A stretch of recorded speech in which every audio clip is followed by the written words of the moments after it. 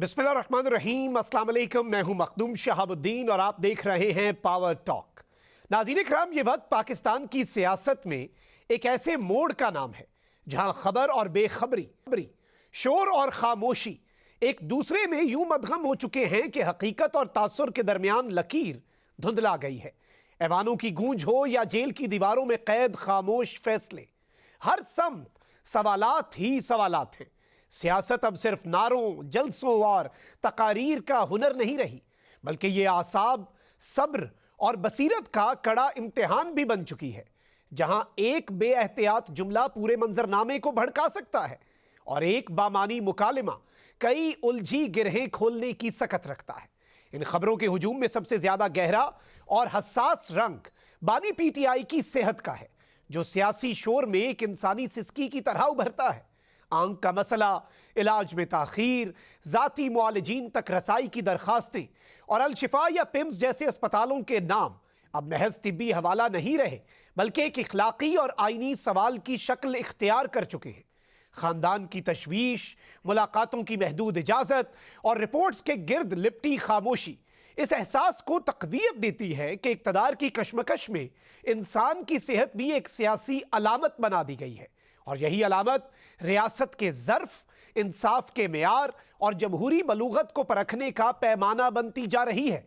इसी पस मंज़र में मुज़ाकरात की ज़रूरत कोई रस्मी नारा नहीं, बल्कि वक्त की सबसे बड़ी मजबूरी बनकर उभरती है। हुकूमत और अपोजिशन के दरमियान मुमकिना मुलाकातें, पसे पर्दा राब्ते, पैगामात और बंद चैम्बर्स के खुलते दरवाजे इस अमर की तरफ इशारा करते हैं कि शायद तसादुम के इस शोर में भी कहीं न कहीं समझौते की सरगोशी जिंदा है। ये वो लम्हा है जहां ताकत के इजहार से ज्यादा तदब्बुर की अहमियत है, क्योंकि तारीख गवाह है कि बंद दरवाजे तलखी को जन्म देते हैं, जबकि मुकालिमा चाहे कितना ही तल्ख और मुश्किल क्यों ना हो, रियासत को सांस लेने का मौका फराहम करता है। इसी दौरान अदालती फैसलों, समाअतों में ताखीर, रिलीफ और अदम रिलीफ की बहस ने सियासत को एक नए तनाव में मुब्तला कर दिया है। अदालतें अब सिर्फ इंसाफ के मराकज़ नहीं रही, बल्कि सियासी बयानिए का अहम हवाला बन चुकी हैं। हर फैसला किसी के लिए उम्मीद की किरण है तो किसी के लिए नाइंसाफी का इस्तारा। वकला की गुफ्तगू, कानूनी मोशगाफियां और आईनी तशरीहात इस बात की याद दहानी कराती हैं कि पाकिस्तान में सियासत और कानून एक ही सांस में जीते और उलझते हैं, और इस उलझाव की कीमत अक्सर अवाम को चुकाना पड़ती है। दूसरी तरफ मईशत का सवाल है, जो खामोशी से मगर गहराई के साथ हर सियासी बहस पर साया फिगन है। महंगाई, टैक्सों का दबाव, तनख्वाहों और पेंशन का बहरान और आम आदमी की घटती हुई कुव्वते खरीद वो हकाइक हैं जो किसी प्रेस कॉन्फ्रेंस या टॉक शो के मोहताज नहीं। ये वो पस मंजर है जिसमें हर एहतजाज, हर लॉकडाउन की कॉल और हर सियासी फैसले को अवाम अपनी रोजमर्रा जिंदगी के तराजू में तोलते हैं, और यही तराजू किसी भी जमात के बयानिए को वजन या कमजोरी अता करता है। सियासी जमातों के अंदरूनी इख्तलाफात, एहतजाज के हक और इसके मुमकिना नुकसानात पर जारी बहस, लॉकडाउन की मुखालफत और कारकुनों के दबाव की कहानियां इस सियासी मंजरनामे को मजीद पेचीदा बना देती हैं। एक तरफ सड़कों पर ताकत दिखाने की ख्वाहिश है, तो दूसरी जानिब अवामी मुश्किलात का इदराक।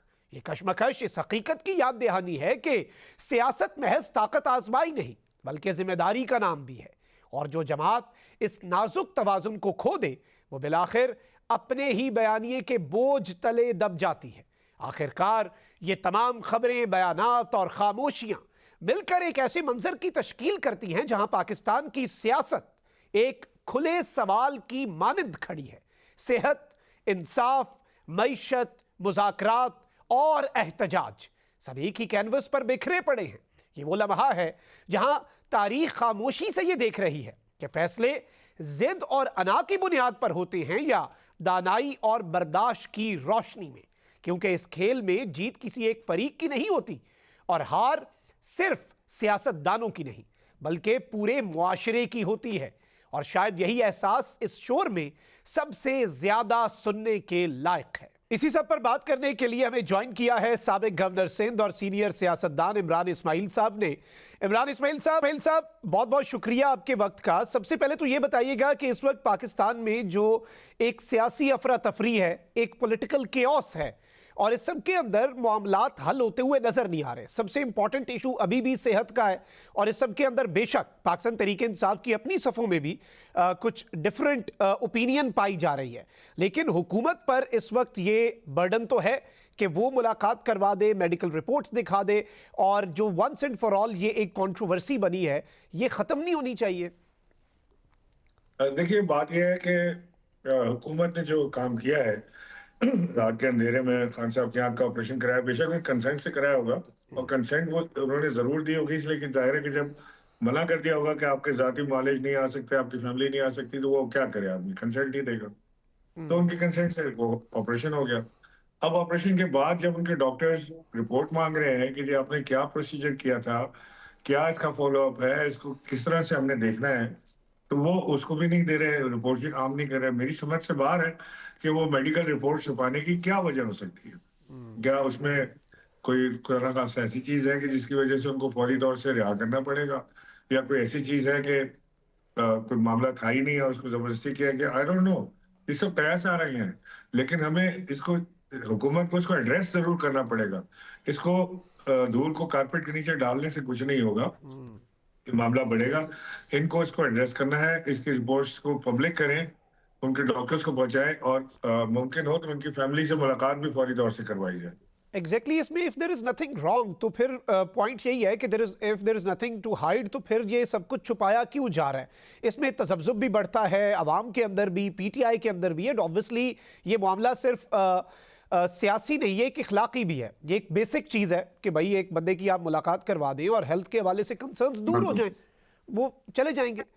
اس سب کے اندر عمران اسماعیل صاحب, ایک طرف تو چلے یہ ہیلتھ کا معاملہ ہے, لیکن وہیں دوسری جانب اب ذرا ایک امید پیدا ہو رہی ہے کہ شاید کوئی ڈائلاگ ہو جائے. محمود خان اچکزئی جو ہیں انہوں نے وزیر اعظم کو خط لکھا, اب یہ اطلاعات آ رہی ہیں کہ وزیر اعظم ان سے ان کے چیمبر میں ملاقات کریں گے. ویسے ہم نے یہ بھی دیکھ لیا کہ سہیل آفریدی اور وزیر اعظم کی ملاقات بھی ہوئی, بٹ اس میں پولیٹیکل سائیڈ جو ہے یا پھر پولیٹیکل کیوس کے حوالے سے کوئی ڈیولپمنٹ سامنے نہیں آئی. تو آپ کو لگتا ہے کہ محمود خان اچکزئی اور پرائم منسٹر کی ملاقات کوئی فروٹفل ہو پائے گی؟ دیکھیں, میں جتنا تحریک انصاف کے مزاج کو جانتا ہوں, میں سمجھتا ہوں کہ محمود خان اچکزئی بہت لانگ لاسٹنگ نہیں ہوں گے اس میں. اوکے, ان کے پہلے ہی ان کے بیان کے اوپر جو ہے وہ ایک فساد کھڑا ہو گیا ہے کہ جو انہوں نے کہا کہ جی کوئی خان صاحب کی طبیعت جو ہے ایسی خراب نہیں ہے کہ جس کے لیے ہم بہت زیادہ پریشان ہوں, وہ ٹھیک ہے اور ہمیں 8 تاریخ کے اوپر توجہ دینی ہے. ایک یہ مسئلہ کھڑا ہوا کہ وہ ان کو خان صاحب کی طبیعت خراب نہیں لگ رہی, تو پی ٹی آئی والے اس میں ناراض ہوئے.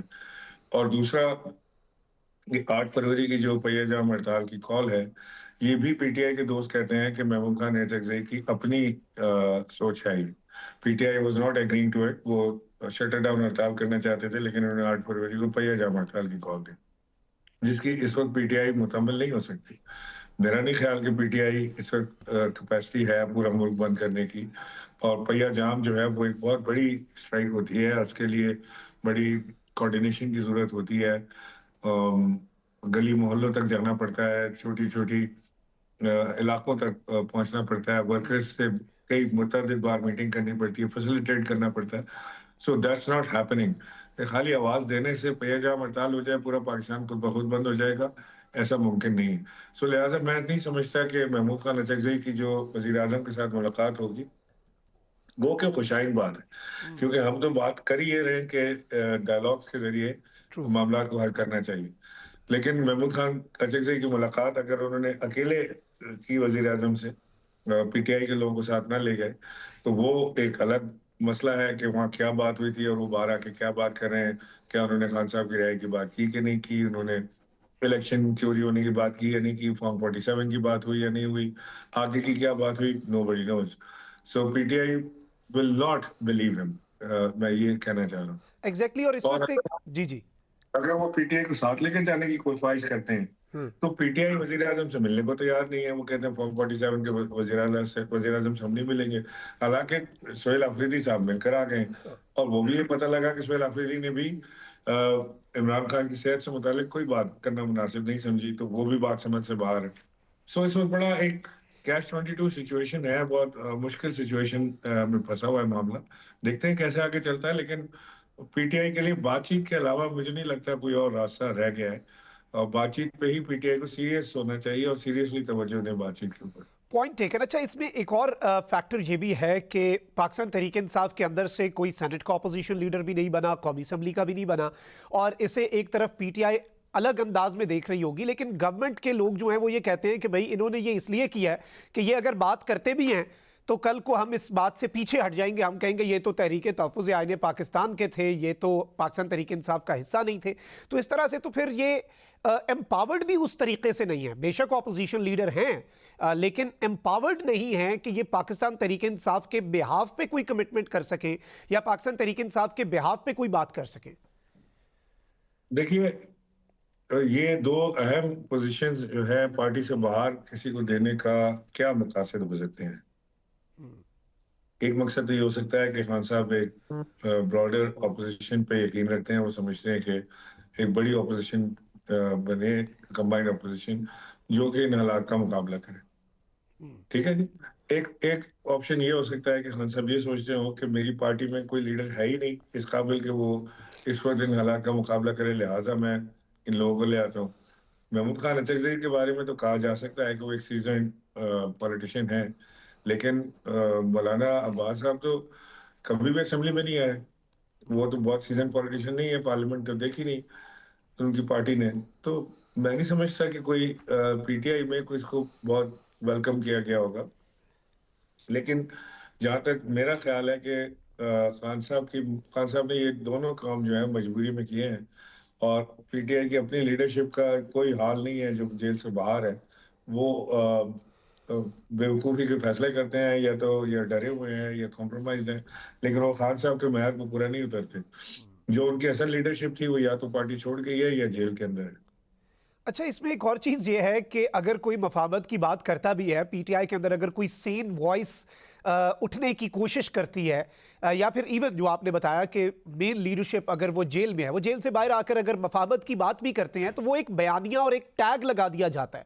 تو کہیں یہ تو نہیں کہ موجودہ لیڈرشپ جو باہر اس وقت دستیاب ہے وہ کرنا چاہتی ہو مفاہمت کی بات, لیکن وہ ایک بیانیے کے ہاتھوں, اور وہ جو ایک ہارڈ لائن سوشل میڈیا کے اوپر ٹیگ لگا دیا جاتا ہے, ایک چسپاں کر دیا جاتا ہے ماتھے پر ٹیگ, کہیں اس کے ہاتھوں وہ ڈرے تو نہیں ہوئے؟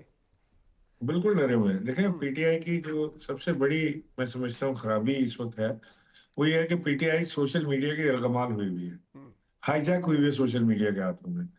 وہ لوگ جو پاکستان سے باہر بیٹھے ہوئے ہیں وہ اپنے ڈالر کمانے کے چکر میں کہ ان کی سبسکرپشن بڑے, صبح اٹھ کے وہ فوج کو گالی نکالتے ہیں, عمران خان زندہ باد کہتے ہیں, ان کا پی ٹی آئی سے کوئی لینا دینا نہیں, کوئی تعلق نہیں, اور وہ ان کو سبسکرپشن ملتی ہے, وہ پیسے, یہ تو اکانومی کریٹ ہو گئی ہے. تو یہ پی ٹی آئی جو ہے وہ روز صبح اٹھ کے دیکھتے ہیں کہ سوشل میڈیا کیا کہہ رہا ہے. جی سوشل میڈیا فلانے کو گالی دے رہا ہے تو چلو یہ تو بہت برا آدمی, آج سے اس سے ملنا نہیں. وہ سوشل میڈیا فلانے کو اچھا کہہ رہا ہے. بار بار عمران خان صاحب خود یہ بات کہہ چکے ہیں کہ لیڈر وہ ہوتا ہے جس کے پیچھے قوم چلے, قوم کے پیچھے چلنے والا لیڈر نہیں ہوتا. بٹ پی ٹی آئی اس وقت جو ہے وہ بالکل سوشل میڈیا کے پیچھے ہاتھ باندھے چل رہی ہے, اندھے محتاج کی طرح, جو سوشل میڈیا پہ ہو جائے. اور سوشل میڈیا پہ بھی کون رول کر رہا ہے پی ٹی آئی کے سوشل میڈیا پہ؟ یہ کیا نام ہے اس کا, میجر عادل راجہ, حیدر عباس, حیدر مہدی, اس ٹائپ کے لوگ. اچھا ان کا نہ کبھی پی ٹی آئی میں تھے, نہ ہوں گے, نہ ان کا کوئی لینا دینا ہے. ان کی تو دکان بند ہو جائے گی جس دن عمران خان جیل سے باہر آ گیا. ان کا تو یہ سارا کاروبار ختم ہو جائے گا. یہ فنڈ ریزنگ کرتا ہے اپنے لیے کہ جی میں نے وکیل جمع کرنا ہے, 65,000 پاؤنڈ آ گیا ایک ہی دن کے اندر. کیسے ہو رہا ہے یہ تو بڑا کاروبار چل رہا ہے نا عمران خان کے نام کے اوپر.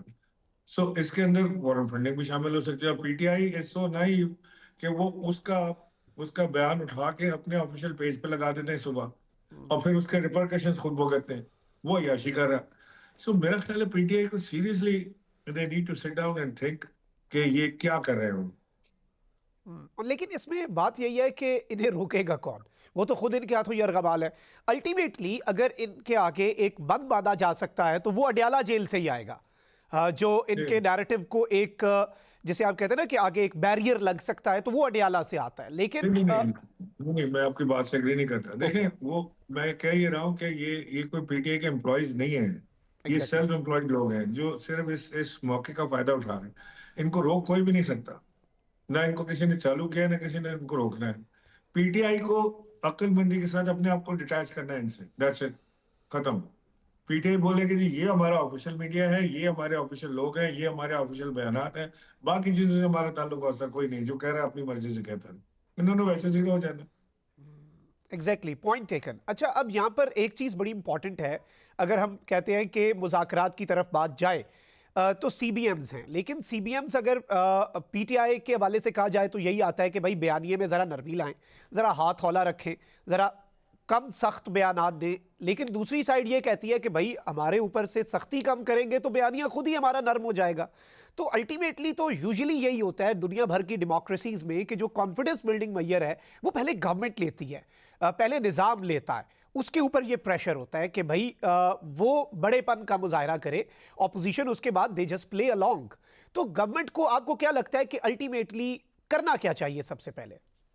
देखिए, सब तो गवर्नमेंट को सबसे पहले तो जो कॉन्फिडेंस बिल्डिंग मेजर्स के लिए जिसकी आपने बात की, जो खवातीन जेल में हैं, जो बच्चे हैं, हमारे वर्कर्स हैं, उनको सबसे पहले रिलीज करना चाहिए, ताकि एक सॉफ्टनेस पैदा हो, एक कॉन्फिडेंस कह के करेंगे, कॉन्फिडेंस बिल्डिंग मेजर के तहत हम ये काम कर रहे हैं, कहें कि हम राइट। बातचीत करने के लिए तैयार हैं, आ जाए, बैठे, बात करें। देखिए, इस वक्त पावर गवर्नमेंट के पास है, गवर्नमेंट देने की पोजीशन में है, लेने की पोजीशन में नहीं है। तो इस वक्त जो पीटीआई है उसके पास देने के लिए कुछ है नहीं।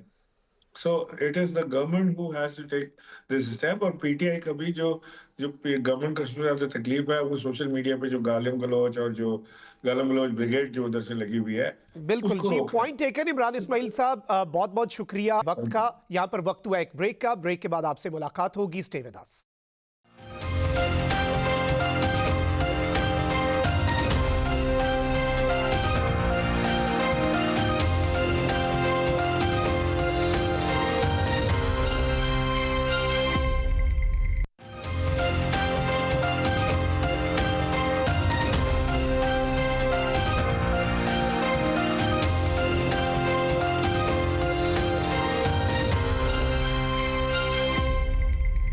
Welcome back after the break. हमें प्रोग्राम में ज्वाइन किया है पाकिस्तान पीपल्स पार्टी के सीनियर रहनुमा हसन मुर्तज़ा साहब ने। Thank you very much Hasan sahab आपके वक्त का। ब्रेक पे जाने से पहले हमारी इमरान इस्माइल साहब से बात हो रही थी और यही एक नुक्ता था कि भाई इस वक्त जो मुज़ाकरात हैं, अगर हम मुज़ाकरात की बात करें और मुज़ाकरात में जो CBMs होते हैं, कॉन्फिडेंस बिल्डिंग मेजर्स होते हैं, बड़ेपन का मुजाहरा होता है, वो यूजुअली गवर्नमेंट करती है। पहल गवर्नमेंट ने करनी है तो ऑटोमेटिकली दूसरी साइड पे बयानिए में भी नरमी आ जाएगी। तो आपको क्या लगता है कि इस वक्त पाकिस्तान में एक पॉलिटिकल केओस है, ये केओस खत्म किस तरह से होगा अगर हुकूमत पहल नहीं करेगी तो? बहुत शुक्रिया जी। बड़ी अच्छी बात है, ये मुज़ाकरात भी होने चाहिए और हुकूमत को ही इसका इनिशिएटिव भी लेना चाहिए। लेकिन बदकिस्मती है हमारे और हमारे मुल्क की कि जब भी किसी तरफ से कोई पहल होती है तो दूसरी तरफ से फतना के शादियाने बजने शुरू हो जाते हैं और क्या ना कहा जाता है कि अब तो ये घुटने टेक गए हैं, अब तो ये कमज़ोर हो गए हैं। तो ये एक हमेशा से हमारी बदकिस्मती रही है।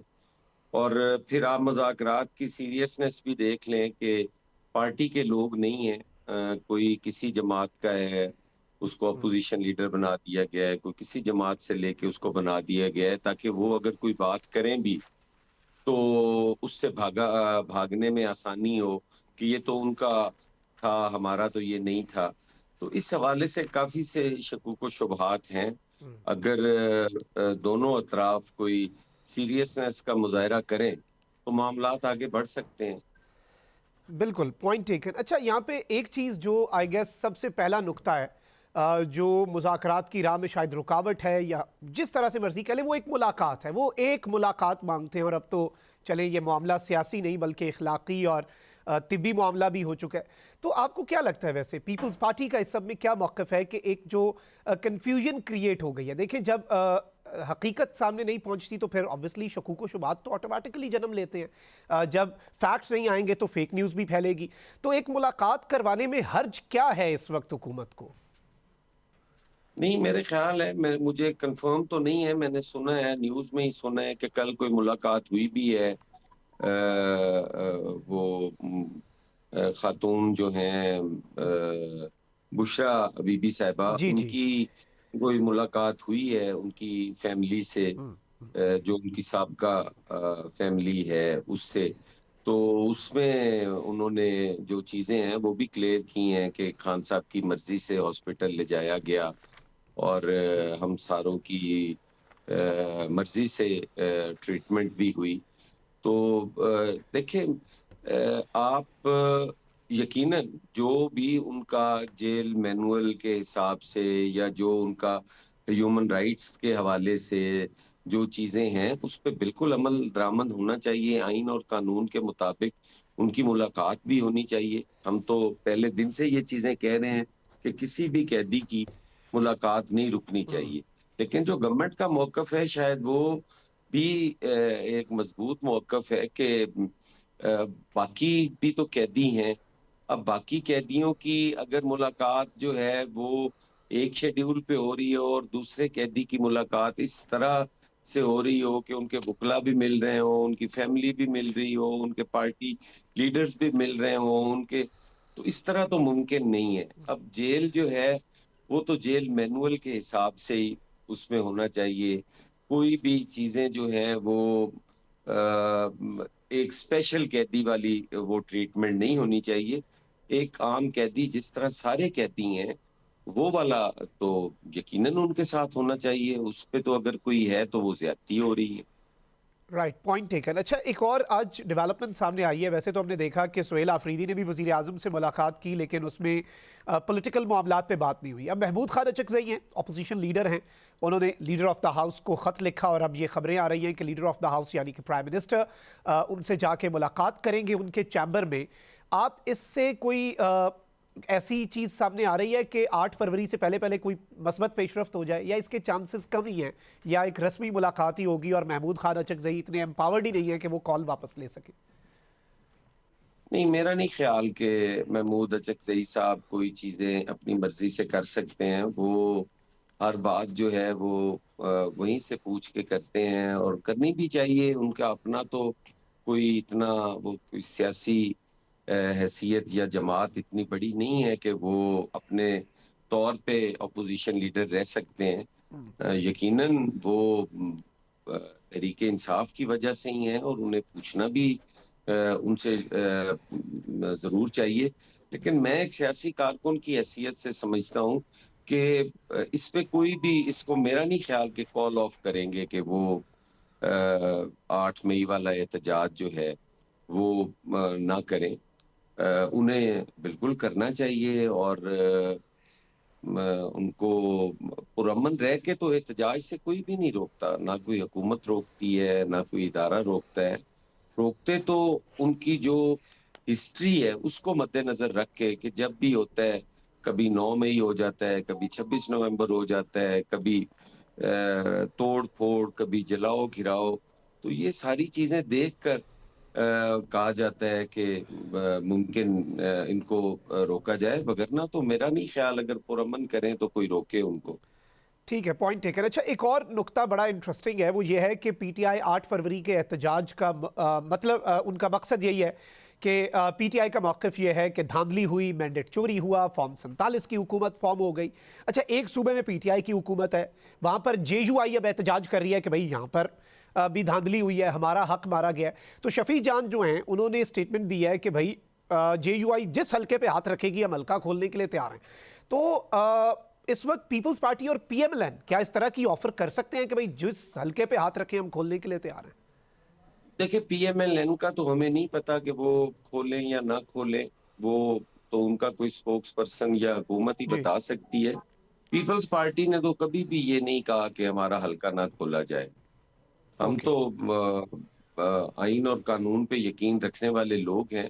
जो भी उसका आईनी तरीका है वो करके यकीनन खोला जा सकता है और पीपल्स पार्टी उस पे कोई एतराज नहीं करती। और हम सारों को देखने की बात भी यही है कि जहां जहां तो हम जीते हुए हैं वहां वहां हम कहते हैं धांधली नहीं हुई, जहां पे हम हारे हुए हैं वहां पे हम कहते हैं कि धांधली हुई है। तो ये भी नहीं होना चाहिए। हर आदमी को पता होता है कि कहाँ पे क्या हुआ है।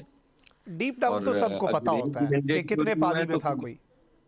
हाँ जी, कोई शक नहीं। बिल्कुल। अच्छा, कंक्लूडिंग रिमार्क्स आपसे मैं लूंगा। वैसे اگر ہم پولیٹیکل افیلیشنز کو پیچھے رکھیں، آپ کو لگتا ہے ویسے on ground Pakistan Tehreek Insaf is in a position کہ وہ 8 فروری کو کوئی بڑا سرپرائز دے سکے؟ میں نہیں سمجھتا. لوگ نہیں نکلتے، چاہے وہ ڈر کے مارے نہیں نکلتے، خوف ہے، جو بھی ہے، لوگ نہیں آئے. ان کی کئی انہوں نے کالز دیں، اس پہ لوگ نہیں آ پائے. اب اس کا ریزن کیا ہے وہ میں نہیں جانتا، یا مجھے اس پہ نہیں ہے کوئی اتنی معلومات، لیکن لوگ ان کی اس کال پہ نہیں آئے. اور 8 فروری کو بھی کوئی اتنی بڑی ان کی جو ہے وہ نہیں ہو پائے گی. باقی دیکھیں، اب 8 فروری میں 2-3 دن 4 دن رہ گئے، زیادہ دور نہیں ہے. یہ ہے بالکل. گھوڑا ہے گھوڑا. اچھا حسن مرتضیٰ صاحب، ویسے یوزلی زرداری صاحب کو مفاہمت کا بادشاہ کہا جاتا ہے، تو اس وقت ملک کو مفاہمت کی ضرورت ہے. علاج کے معاملات چل رہے ہیں، باقی چیزیں، تو اس سب کے اندر زرداری صاحب نے ابھی تک کوئی انٹری نہیں دی، کیونکہ کہا جاتا ہے کہ جب وہ انٹری دیتے ہیں تو کچھ نہ کچھ ہو جاتا ہے، مفاہمت ہو جاتی ہے. نہیں، پیپلز پارٹی نے تو کبھی بھی ان چیزوں سے نہیں بھاگی. ہم تو کہتے ہیں کہ مفاہمت کی اگر کسی کو ضرورت ہے تو وہ رابطہ کرے، تو ہم ضرور کریں گے. لیکن اس میں ہمیں از خود کودنے کی ضرورت نہیں ہے، کیونکہ اللہ تعالیٰ کا کرم ہے. اگر ریاست کو یا ملک کو ہماری ضرورت ہو تو پیپلز پارٹی اپنا نقصان کر کے بھی حصہ لیتی ہے. لیکن جہاں پہ اب ملک بھی اللہ تعالیٰ کے فضل و کرم سے بہتری کی طرف جا رہا ہے، اور کوئی فریق اگر چاہے تو یقیناً پیپلز پارٹی اس میں انٹرفیئر بھی کرے گی اور مفاہمت کی بات بھی آگے لے کے چلے گی. اور ہمیں پورا یقین ہے کہ ہم آج بھی کوشش کریں تو یہ مفاہمت ہو سکتی ہے. Right, point taken. بہت بہت شکریہ پیپلز پارٹی کے سینئر رہنما حسن مرتضیٰ ہمارے ساتھ موجود. یہاں پر وقت ہوا ایک بریک کا. اسٹے ود اس.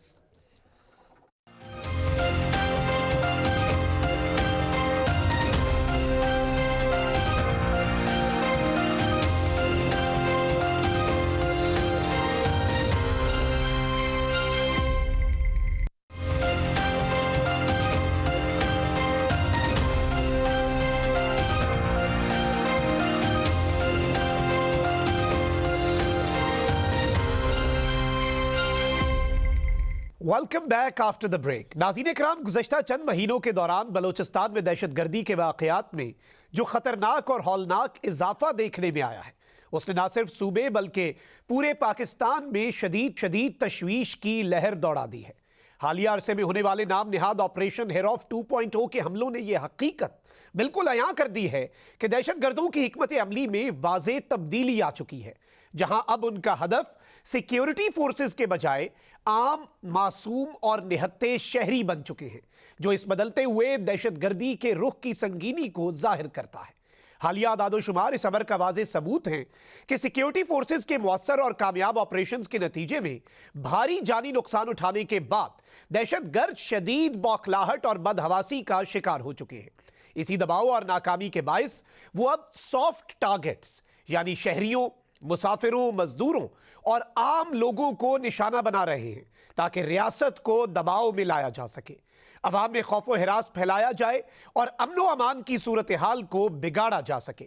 دہشت گرد تنظیموں کی جانب سے حکمت عملی میں یہ تبدیلی کسی وقتی رد عمل کے بجائے ایک سوچی سمجھی سازش معلوم ہوتی ہے. جب سیکیورٹی فورسز اور عسکری تنصیبات پر حملے کرنا مشکل ہو گیا تو انہوں نے بسوں سے مسافروں کو اتار کر قتل کرنا، بینکوں اور بازاروں میں فائرنگ کرنا اور تعلیمی اداروں کو دھمکانا اور نشانہ بنانے کا راستہ اختیار کیا. ان بزدلانہ کارروائیوں کا بنیادی مقصد عوام میں خوف پیدا کرنا ہے، بلوچستان کی معاشی سرگرمیوں کو مفلوج کرنا اور بالخصوص سی پیک جیسے اہم ترقیاتی منصوبوں کو سبوتاج کرنا ہے. اگر دہشت گردی کے نتیجے میں ہونے والی شہری ہلاکتوں کے اعداد و شمار کا جائزہ لیا جائے تو صورتحال مزید تشویشناک ہو جاتی ہے. سال 2024 میں دہشت گردی کے مختلف واقعات میں 273 شہری جان سے گئے، جبکہ 2025 میں یہ تعداد بڑھ کر 347 تک جا پہنچی. رواں سال 2026 میں اب تک محض چند ہی ہفتوں کے دوران 79 معصوم شہری دہشت گردی کی نظر ہو چکے ہیں، جو یہ ظاہر کرتا ہے کہ 2024 کے مقابلے میں 2025 اور 26 میں ہونے والی ہلاکتوں کی شرح میں تقریباً 17% اضافہ ریکارڈ کیا گیا ہے. ان اعداد و شمار کے پیچھے المناک واقعات کی ایک طویل اور دردناک فہرست موجود ہے، جن میں 30 जनवरी 2024 को मच में सिक्योरिटी कैंप और बाजार पर हमला, जिसमें 2 शहरी शहीद हुए।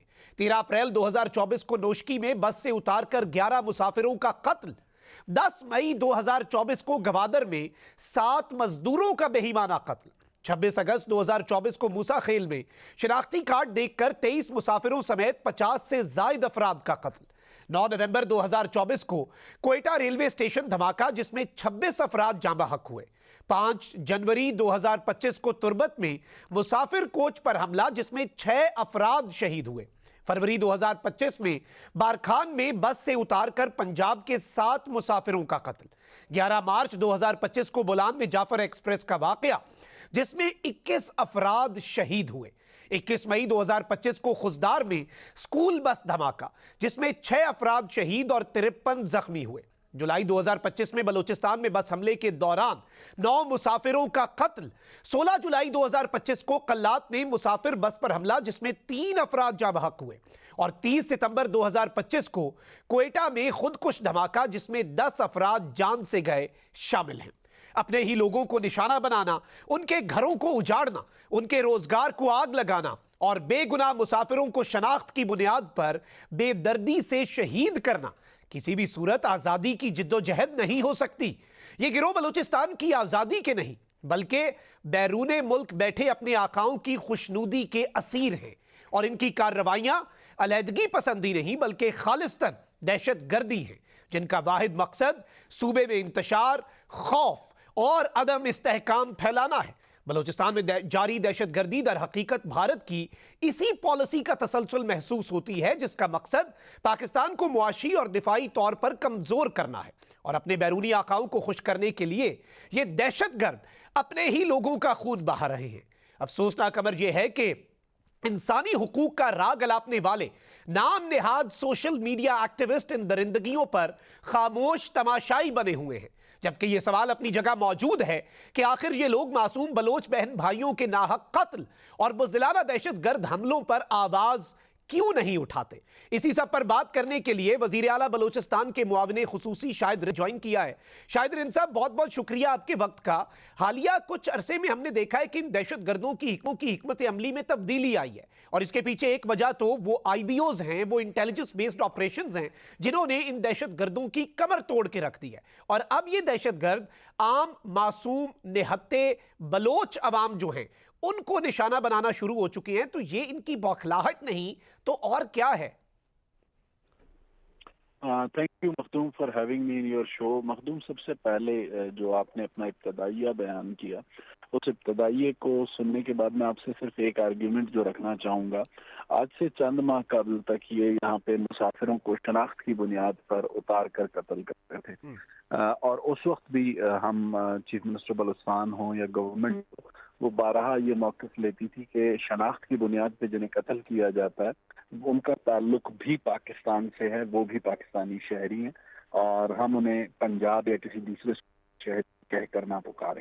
और हालिया दिनों में जो दहशतगर्दी के वाक़यात हुए हैं, बिलखुसूस ग्वादर के वाक़े को मैं कोट करूँगा, यहाँ पे खुजदार से ताल्लुक़ रखने वाली एक बलोच फैमिली फीमेल के साथ फैमिली रह रही थी। दहशतगर्दों ने उन पर हमला किया तो वो ख़वातीन खुद आके बता चुकी हैं कि उन्होंने बताया कि जी हम बलोच हैं, हम सन ऑफ द सॉइल हैं, हम यहीं के लोग हैं, आप हमें कत्ल कर रहे हैं। उन्होंने कोई उनकी बात नहीं सुनी। तो चाहे वो शनाख्त की बुनियाद से कत्ल करें या बगैर शनाख्त के कत्ल करें, किसी भी इंसान का कत्ल, चाहे उसकी शनाख्त किसी भी सूबे से हो, किसी भी जुबान से हो, वो कत्ल तस्वुर होता है। और हम बारहा ये कहते थे कि ये किसी पंजाबी का कत्ल नहीं था, बल्कि ये पाकिस्तानी का कत्ल था, और जैसे अगर खुजदार के लोगों को मारा गया वो भी पाकिस्तानियों का कत्ल है।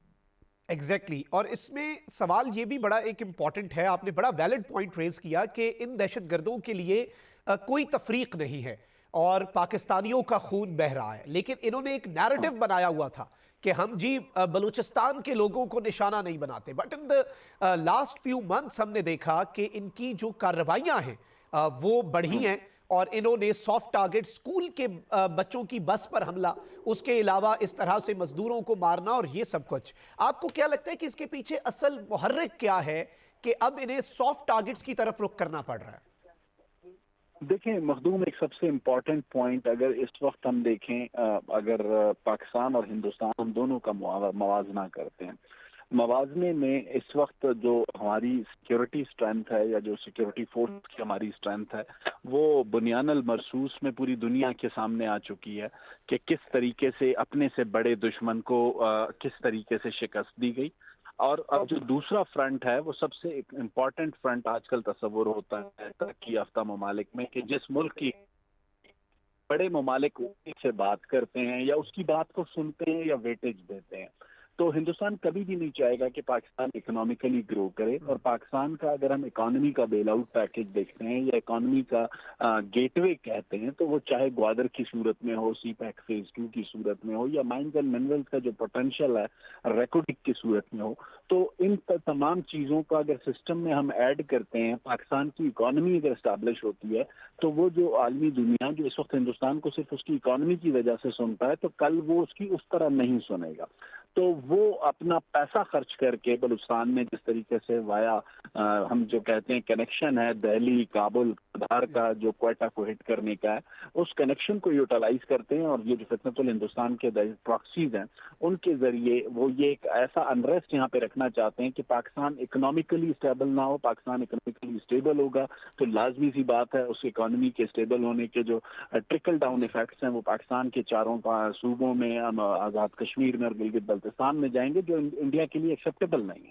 ایگزیکٹلی. اور بھارت جو ہے اس نے، ہم نے یہ بھی دیکھا کہ مئی 2025 میں جو بھارت کو ناکامی اٹھانی پڑی، اس کے بعد انڈیا نے ان دہشت گرد گروہوں کی، چاہے وہ فتنہ الخوارج ٹی ٹی پی ہو یا فتنہ الہندوستان بی ایل اے، ان کی سپورٹ بھی بڑھائی ہے اور ان کی کارروائیوں میں اضافہ کرنے کی کوشش ہے. غالباً بھارت کے ذہن میں یہ ہوگا کہ پاکستان کو ویسٹرن بارڈر پہ بھی مصروف کر دو، طالبانی رجیم کے ساتھ انٹرنلی بھی پرابلمز کریٹ کر دو، تو اس طرح سے شاید کچھ نہ کچھ یہ اس میں سے حاصل کر لے بھارت، اور شاید پاکستان کی توجہ بھارت کے ساتھ بارڈر پر سے ہٹ جائے. تو اس کے پیچھے الٹیمیٹلی تو بھارت ہی ہے. اس میں شاید رند صاحب امپورٹنٹ چیز یہ ہے کہ وزیر دفاع جو ہیں خواجہ آصف، انہوں نے بھی کہا ہے کہ بڑی تعداد میں فوج بھیجنے کی ضرورت ہے. آئی بی اوز آلریڈی ہو رہے ہیں لیکن اس دہشت گردی کے افریت کو جڑ سے اکھاڑنا بڑا ضروری ہے. اس ضمن میں کیا اقدامات ہونے چاہیے؟ سب سے امپورٹنٹ چیز پاکستان میں جو بھی اس وقت سیکیورٹی کی سچویشن ہے اس کو کاؤنٹر کرنے کے لیے پولیس کاؤنٹر ٹیررزم ڈپارٹمنٹ کے ساتھ بیک اپ میں فرنٹیئر کور بلوچستان موجود ہے. اور جہاں پر بھی ہمیں ضرورت ہوئی اور ہم نے یہ ضرورت جب بھی محسوس کی ہے تو پاکستان کی فوج ڈسٹرکٹ ایڈمنسٹریشن قانون کے تحت، آئین کے تحت طلب کر سکتی ہے. اور اگر کسی سٹیج پہ ہمیں یہ ضرورت پڑی کہ انٹیلیجنس بیسڈ آپریشنز کے بجائے کسی علاقے میں جہاں دہشت گردوں کی بڑی تعداد میں کوئی موجودگی کی ایسی کوئی انٹیلیجنس ہو تو اس پہ ہم طلب کر سکتے ہیں اور یہ ہمارا اختیار ہے. ایگزیکٹلی. اچھا، اب اس میں ایک اور بڑی امپورٹنٹ چیز ہے شاہد رند صاحب کہ اس وقت جو گورنمنٹ کے اقدامات ہیں وہ بھی ہو رہے ہیں، اور ظاہری بات ہے کہ اس میں ملٹری ایکشن یا پھر آئی بی اوز جو ہیں وہ ایک اپنی جگہ، لیکن جو سویلین گورنمنٹ ہے اسے اس وقت کیا کیا اقدامات وہ کر رہی ہے کہ یہ جو ایک نیریٹو بلڈ کرتے ہیں محرومی کا اور یہ ساری چیزیں جو ہیں انہیں ختم کرنا کتنا ضروری ہے؟